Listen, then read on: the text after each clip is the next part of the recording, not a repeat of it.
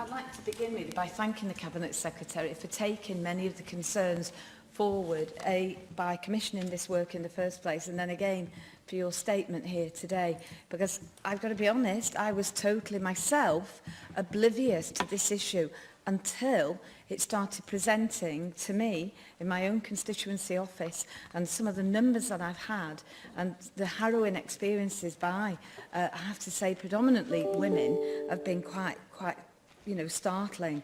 And then, of course, I've been well aware of the work that many patients that have suffered are now taking to social media and trying to, we've all been copied in, and I admire these people because many of them are patients who have suffered, and they're not suffering in silence. They are getting out there and trying to put out the warnings about just how unpleasant, if things go wrong, this mesh is. And of course I need to remind the Chamber that the issue of synthetic vaginal mesh or the tape is not one that just affects women, because I think there has been a tendency for it to appear that it's just an issue affecting women. And I understand that where it could apply to affecting men hasn't been part of the review. But of course it can be used as a hernia mesh for male and female patients. The side effects of the problems caused by mesh are wide-ranging. We're not only talking about the physical pain that patients are constantly in, but also the associated mental issues relating as a consequence. Confidence is lost, and many people suffer depression while struggling to cope. And evidence does suggest that the numbers are increasing as the years roll by, because it is actually after a number of years post-operation that problems can start. Many patients are calling for an overall ban on this procedure. And I worry that this is something that you will not confirm from your statement today. NICE in England have called for a ban of the use of vaginal mesh, an action which has been taken in New Zealand and Australia, and where it has been referred to as the biggest health scandal since thalidomide. Across the UK, about 1 in 11 women have experienced problems. In Scotland, former Scottish Health Secretary Alex Neil requested a suspension of mesh implants by the NHS in 2014, but figures obtained by the BBC in December 2016 showed hundreds of operations have been performed since. And it is worth noting that a number of Scottish health boards have stopped using mesh implants altogether. Cabinet Secretary, we are grateful for this statement, but it doesn't go far enough. There is clearly the evidence, the public support, and examples of where this mesh treatment is causing horrendous life-change problems.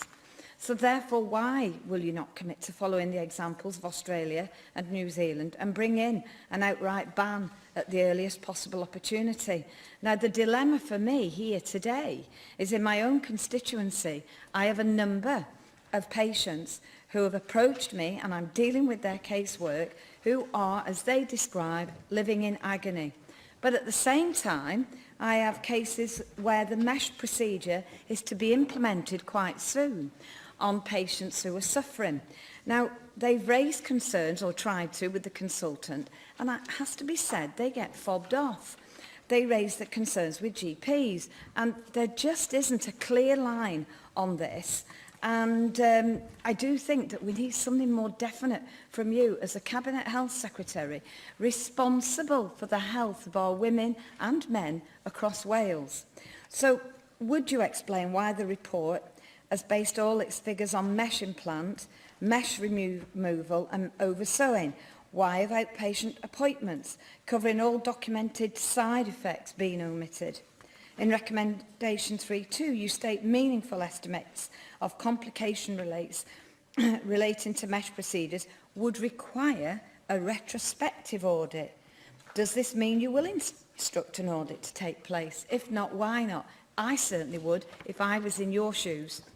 In recommendation 3.2.1, do you not agree that the low numbers reported in Wales could be due to it not being mandatory for clinicians to report adverse incidents to the MHRA?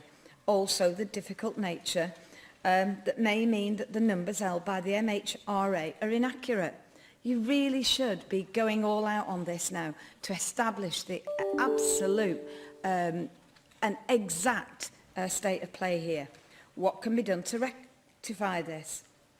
Recommendation 5C states that only one health board in Wales currently has a multidisciplinary pelvic pain clinic. So you know the natural progression there is to make sure that we've got that available again for everybody in Wales.